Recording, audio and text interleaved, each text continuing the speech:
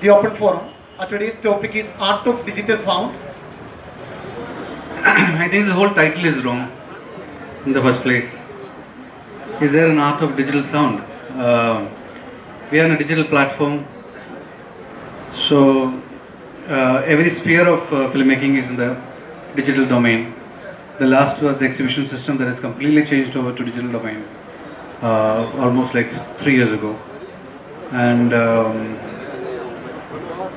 it's like saying art of filmmaking, you know, whether it is digital or non-digital, there's an art behind it. So for sound, there's nothing called art of digital sound.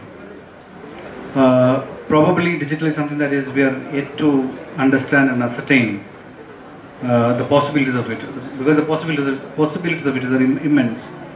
Things that I couldn't do 10 years ago, I can, you know, make it happen in a matter of no time.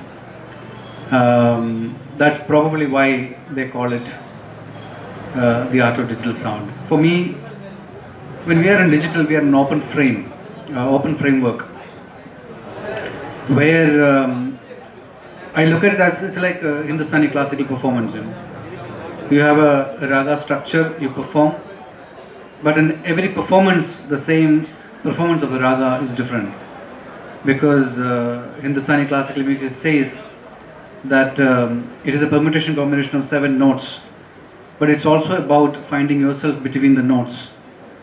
You know, if you look at digital domain from that perspective, it has immense possibilities.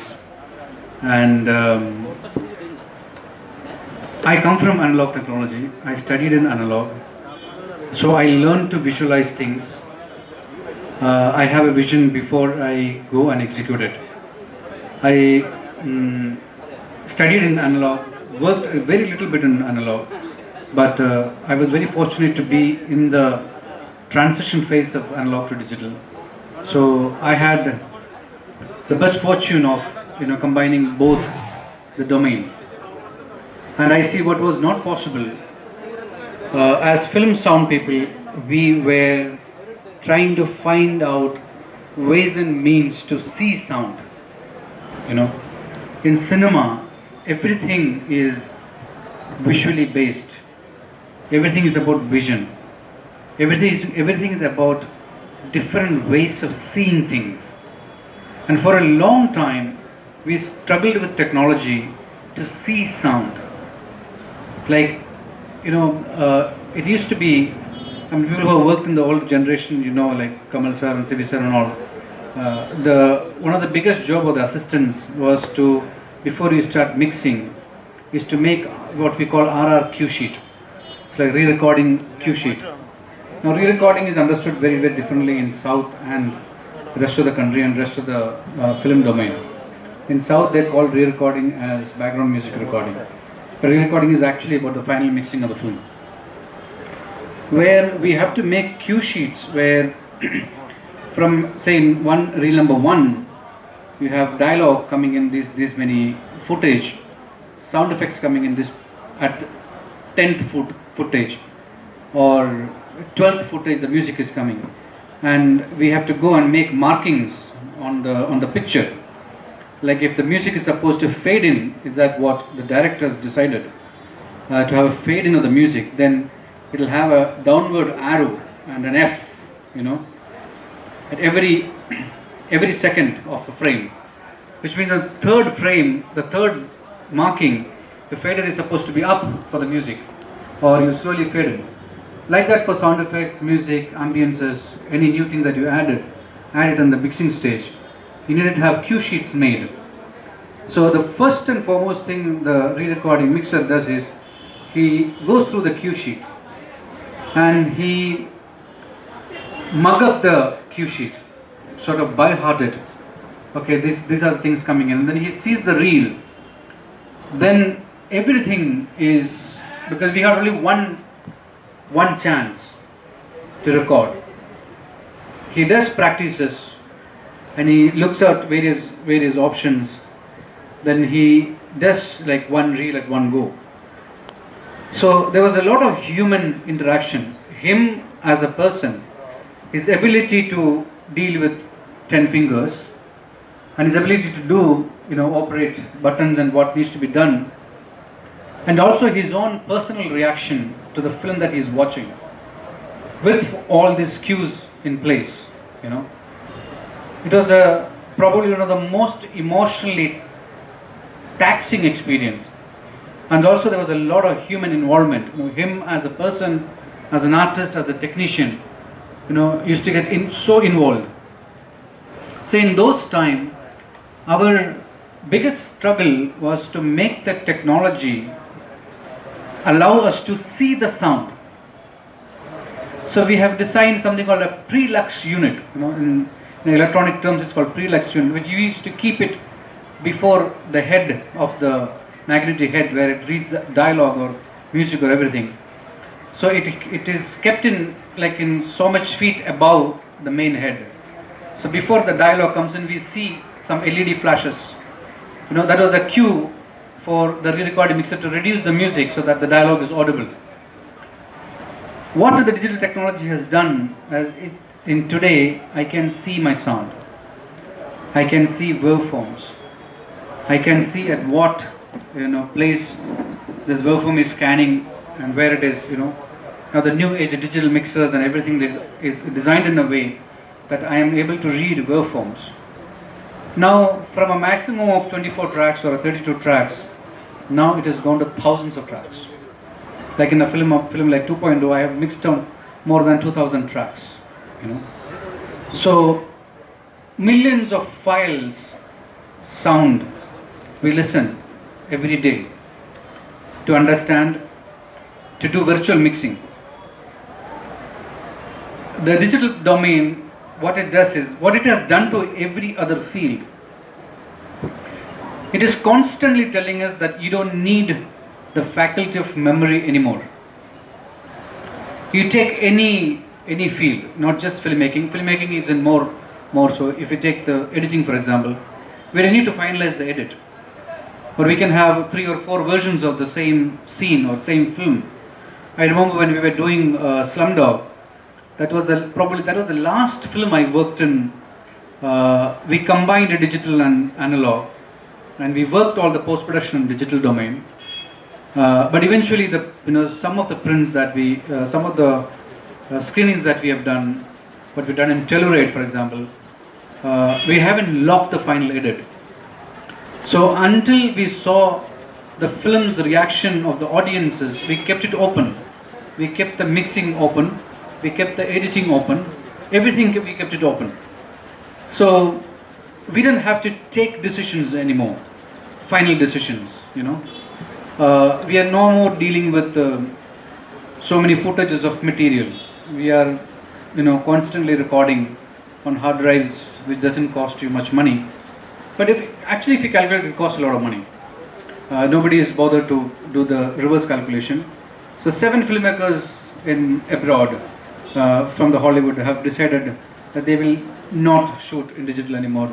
They have asked Kodak to reset up their laboratory, and they have given millions of footage of order to the Kodak, and the Kodak is coming back and creating picture negative, so they can go back to the old style and shoot films. Because when we shoot films in digital and we come out and we realize that it is not real life like recently I did a film with David Womack, the guy who made Life of Pi. Just is releasing in it's in Golden Globe and BAFTA nominated, releasing in the US and UK very recently. It's in the upcoming month. When we did all the film and we realized that it's fantastically shot, we realized that it's so clear that it is unreal. Then we started adding grains to it. We started adding film grains to it. So people have realized that too much of clarity is becoming like making it unreal, whereas the other set is moving towards what we call the window of reality, which is you're shooting in 120 fps, 4K, maybe even in 8K at the moment, recording sound in 44.1, which is a CD quality, or 48 We moved on to 196K now of recording, which is dealing with so much of material. And that's at one level. Coming back to the point that I was saying, that the digital technology is constantly telling you that you don't need the faculty of memory anymore, because you don't need to lock and edit. You don't need to lock anything until an audience watches it, and then you can change it. Whereas especially when I talk about myself, I come from this tradition, an Indian tradition, where traditionally we are saying that memory is everything. Memory is knowledge.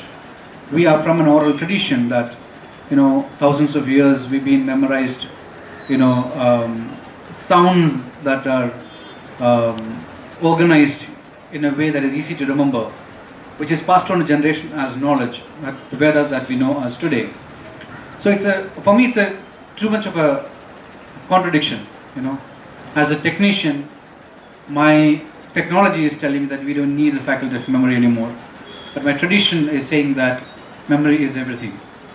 This is where I feel, I deal with the dichotomy of who am I and what am I, but I take the positive side of things. I look at technology as a language, as a tool. I don't let it overrule me. For me, it's like let's say Sanskrit, even though it's a frozen language, but the expressions of Sanskrit is still alive, and it's very much part of our thing. So if you look at technology or the digital, when we say technology, I'm directly meaning digital domain as a framework and as a tool where our expressions can be put forth in a much easier form than what it used to be. Like if it was very difficult for me to record and mix 24 tracks for a film, now if I am able to listen to thousands of tracks at the same time. So at one level, it allows me to do a far more precise work than I used to do. At one level, it tells me I don't need to use the memory of anymore, but at the same time, it allows me to do a far more precise work than I used to do, as precise as 1/1,000,000th of a second, So it has both the sides, So what it decides is you. Whether you are able to find yourself within this gamut of technology is what, at end of it, is that. Because my film sounds different, but it is the same Pro Tools, it's the same software, the same microphones, it's like the same lighting, same light, same camera, but every cameraman's work is different. What it makes a difference is how you look at it, how you hear it, how your signature comes in, or your artistry, your sense of humanism comes in as a signature in way of using technology. So when we say art of digital sound, for me it is art of sound. Especially when I take it to cinema, it is about art of telling stories with sound, art of be able to be creating a narrative line with sound. I'll do one thing. I'll just add a little bit of my observations on sound as a filmmaker, and then we'll get back to the discussion. To my mind, what I feel is that film is an audio-visual medium. Here itself, when we actually stress on audio, it brings a certain attraction to us. I think that primarily cinema is an art of sound. I think sound is of prime importance in cinema. This I'm saying in an underlined manner, because how we see in today's most of the films, even in mainstream films, if you see, it's like a super hit film and it has got a huge cast and it has got all the production facilities. But if you take a bus stand, just an instance, if you take a bus stand, there wouldn't be any sounds in it. It will be just mute. It will be adding maybe some odd background music, and it will be the comedy dialogue between the actors, which are actually taking the whole thing forward. So the problem is that there is an alienation of sound in the mainstream industry, or in cinema in general. People have been neglecting the sound, to my mind. Even with the leap of great technologies, they've been neglecting sound to a great extent. To an extent that whenever people go to cinema, they complain that they get headaches. Listening to the mix, and it's a heavy mix. I don't know, because somehow we need to have a certain aesthetic of sound, a new aesthetic of sound, which actually rebuilds cinema itself. That is what I was thinking.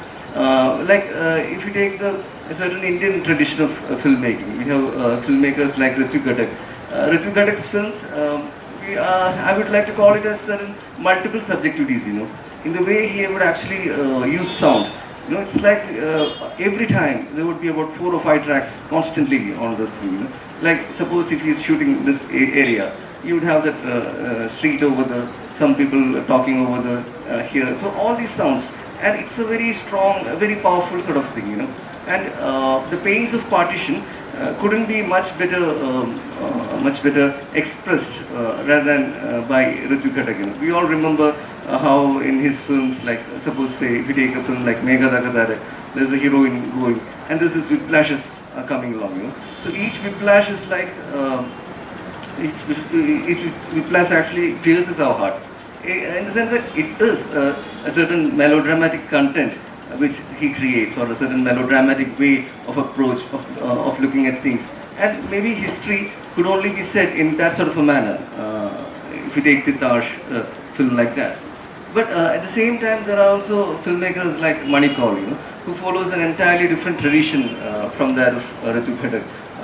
Like when I was studying in the institute, that was the first time when I discovered Manikal's films, and suddenly I discovered the magic of sound. Even a small sound like a tap opening and water falling down, that becomes something that becomes a sensuous experience. It creates a new sensuousness. So this is what whole cinema is about. It's a tradition of sensuousness. How sensuousness is being created through images, through sounds. How a certain experience is being created through sounds. I think that is very important.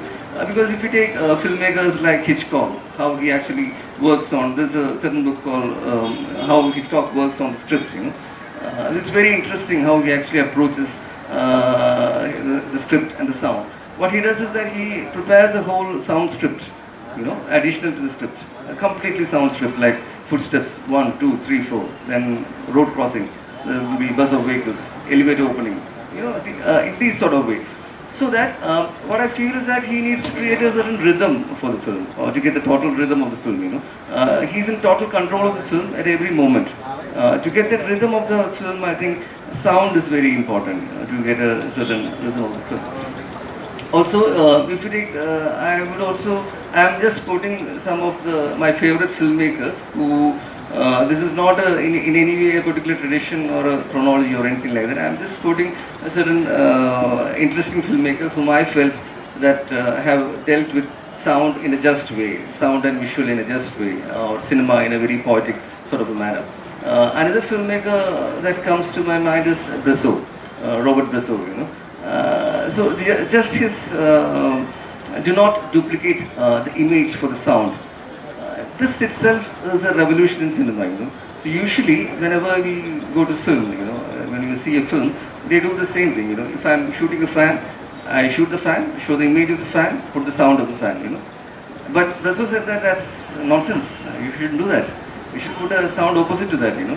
So if Rasool was doing that, he would actually maybe put a sound of the mic or some screeching of the mic, so that this creates an additional space. This creates an additional imaginative space. This is important, so that cinema is imaginative. Cinema appeals to the imagination of the audience, so that the audience, in the sense that when you are trying to tell a story, don't tell the full story. You just tell half the story, so that the audience can complete it. Also, when you are showing the visual, don't show the full visual, just half the visual. Same with cinema.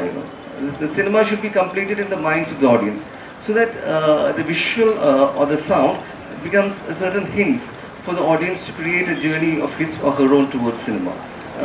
So these are certain observations on sound which I had felt. And certainly, yes, last year I made a film called Eden, which was screened at IFFK and all. The problem which I faced regarding digital sound was that it was hugely expensive. In the sense that I opted to do sync sound.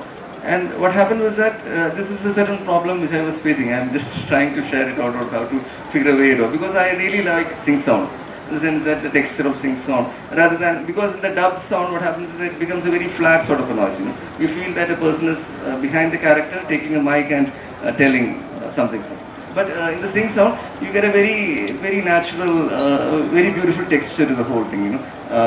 The actors can improvise, and there's a certain randomness to that. We can capture a certain randomness in sync sound.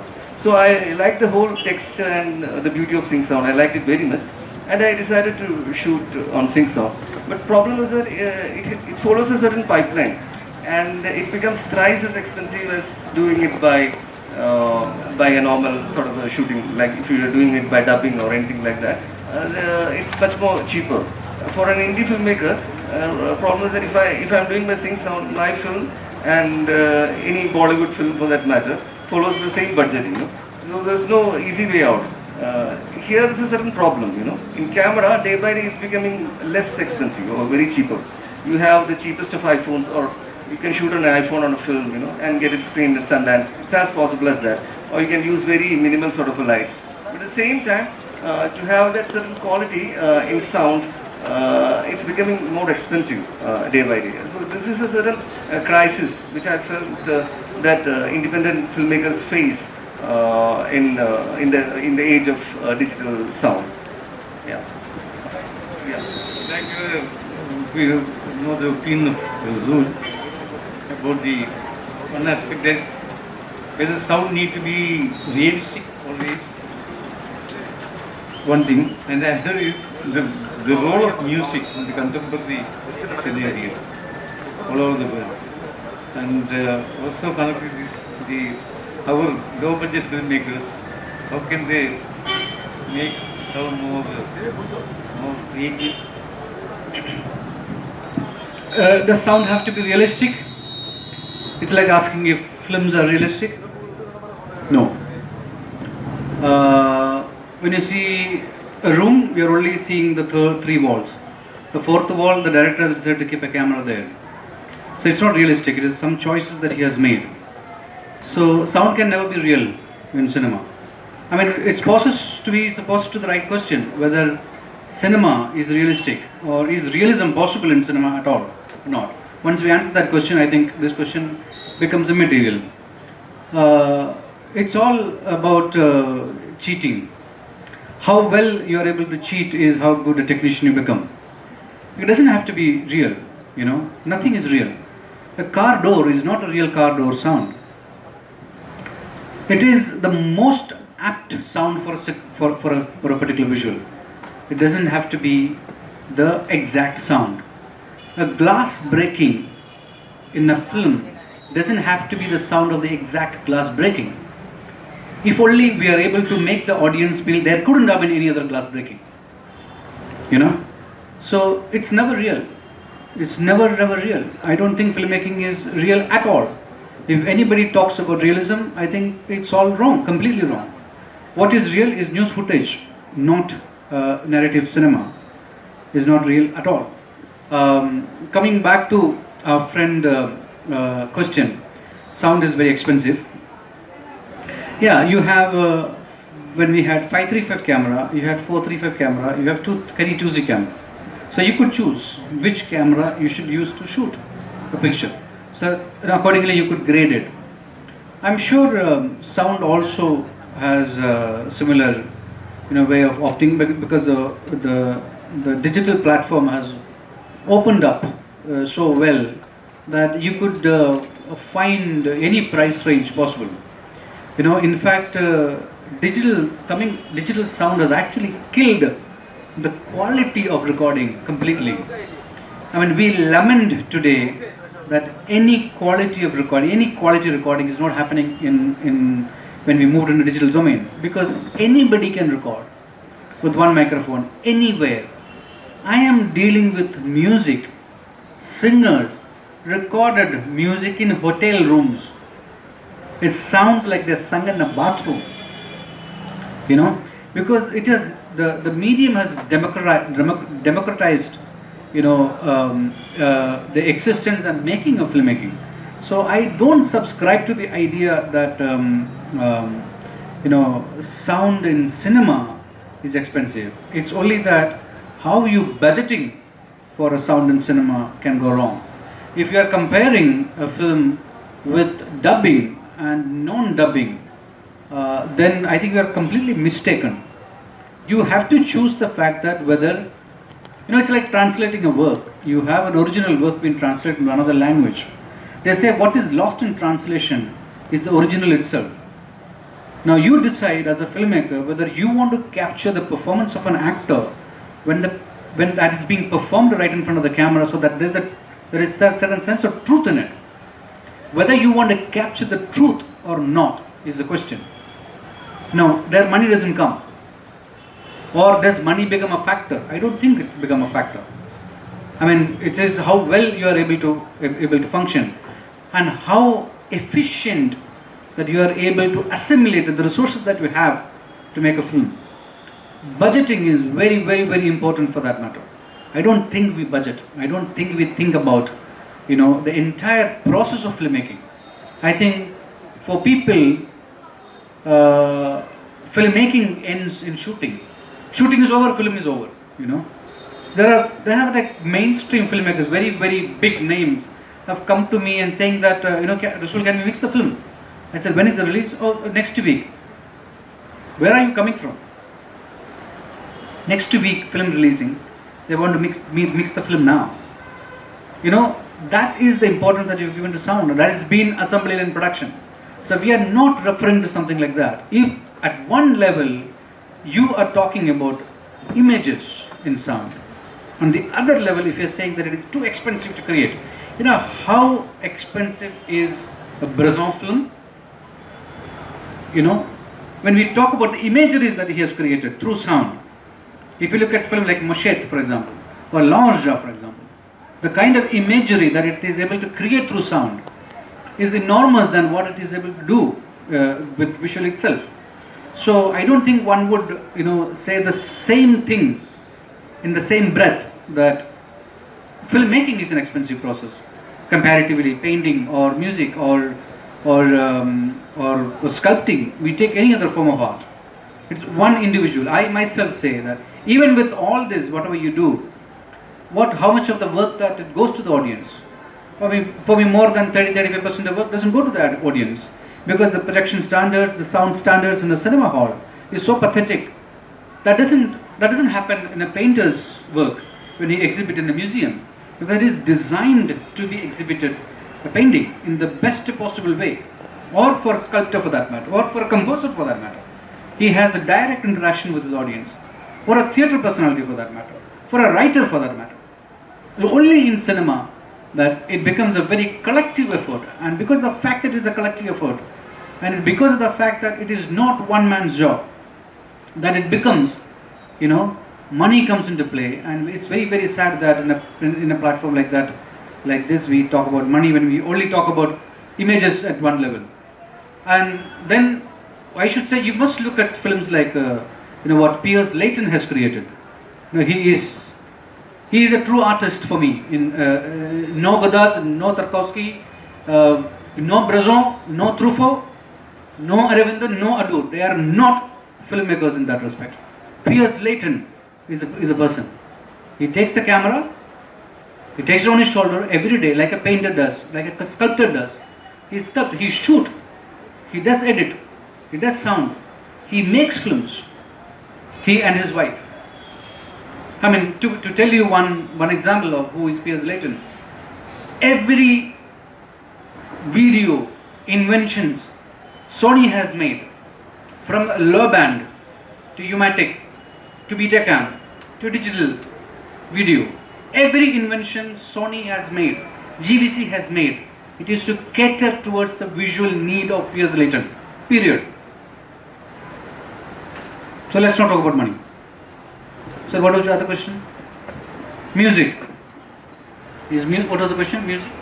Music is become sort of stereotype all throughout. I mean, it is sometimes creating problem for the idea of the film.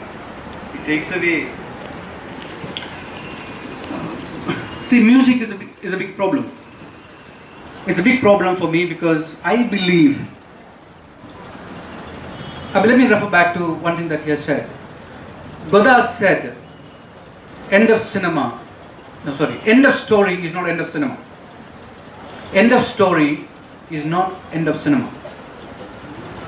Which means cinema is beyond story. Cinema is beyond spoken dialogues said by actors in a given location. Cinema doesn't depend on speech. Now we are talking about a cinema of that kind, not cinema that we see in the mainstream theatres, where dialogue to dialogue, your editing pattern determines how well a dialogue is spoken by an actor. This dialogue is said, cut, next dialogue, next, cut, you know. Sense of rhythm is only a matter of cinema. Sense of beat is a matter of television. The television is there in our living room. Our mother, our sister, our wives may be working, the television is running, it's a part of every day. Beat is a part of every day's life. Nobody cares. Rhythm is a part of our life. When we sit to watch a film in a theatre, in a cinema hall, what I am seeing is in sync with my breath. That is why we are able to create silences which we don't otherwise hear in real life. We only experience them in real life. You are able to hear a drop of a pin which I create in cinema. You may not hear that in real life. Or I am able to create a pin drop silence in cinema. That's only because in cinema we deal with rhythm, human rhythm, which is we don't realize this. When we sit in a cinema hall, what we don't realize is our breath is in sync with what we are seeing. Every cut is not about beat. It's about creating rhythm inside the frame and outside the frame, and there is a synthesis between the audience and what being watched. That's what is cinema. The films that we are referring to is a certain section of filmmaking that doesn't care about this. For them, a song which is created, if it makes some waves, it brings in people to the theatre. That sells. How well you are able to sell in the market economy is what decides. So there, music become a tool. Whereas the filmmaking that I have studied, or the filmmaking where I have seen from people practicing, where music is used to control the melodrama. For me, filmmaking is all about controlling melodrama. Yancho did that with camera movement.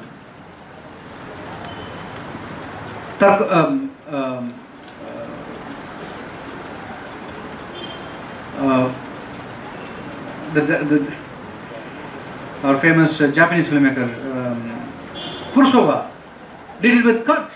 Ozu did it with cuts and camera placement. He only used 50mm lenses. Cut became. So there are varied elements of filmmaking tools people have used to control melodrama. Some did with writing. Godard was essays. He made essays on cinema. If you go and ask Godard, I mean, you know about his latest film. He wants to show it in coffee shops. He says, no cinema halls. You know, I am moving out to the people. So he wants to show in the coffee shops of Paris. That's what it is. He says, that's where my cinema used to be made. So he believes that writing, his films are verbose. His films are all about essays. So people have practiced many things. Now, what are we dealing with? We are a very confused set of people, especially Indians, not just Malayalis. There are two major traditions of music. One is the European tradition of music, which is very, very close to the Gothic music, is very, very close to Indian classical music. And the mainstream Bollywood, which they very well combined the electronic synthesis of music and the Western orchestral tradition. And they very well used it in their cinema to create production value. You know, when you see the golden period films of those eras, you see that they have done it very well. Christopher Nolan, take any of his films, Dunkirk for example, or the spaceship movie. I mean, he went to the Gothic period and recorded, pipe organs and combined it with most modern music. And so there is a Hollywood tradition where they understood the possibility of music as a tool to create production value. And European tradition, they became very subtle with musical tradition. Where in India, where is our literature come from? Our entire cultural movement in India originated in temples. Let's be very, very, very clear. Let's acknowledge this and then we start moving on. Everything originated in temples. Storytelling, temple. I mean, if you take Kerala itself, the Kava, Samskaram is all about people getting together in one space and exchanging ideas. So, literature came from that. So when cinema came in, theatre came from that. And when cinema originated, it has a direct influence of theatre and the dance drama tradition. What we couldn't see in the temple tradition, we tried to expose that in cinema. So there were very beautiful, magnificent poetry. Music is not an idea that came in the 70s in Hollywood or in the Western tradition. Fusion music has originated here, right here in India, because we combined classical ragas with poetry and lyrics. Then we started writing poetry to the bar and beats that become lyrics, we call it. And we combined and we created songs. The songs came from the dance drama tradition. So for me, using music is a problem because it doesn't allow me to control the drama, whereas music has so much drama in it, so much emotional quotient inbuilt within it, because it's a composer's interpretation of what he sees. So for me, it's just another sound. I mean, if you don't have the artistry and the command to understand it as just another sound and use it to your advantage of storytelling, you will be at a loss. I mean, let's not talk about how mainstream works here. I don't think that's the whole idea. I mean, it's a completely different ballgame. I do mainstream cinema. That's my bread and butter. I pump it up. Sorry for being a bit too emotional.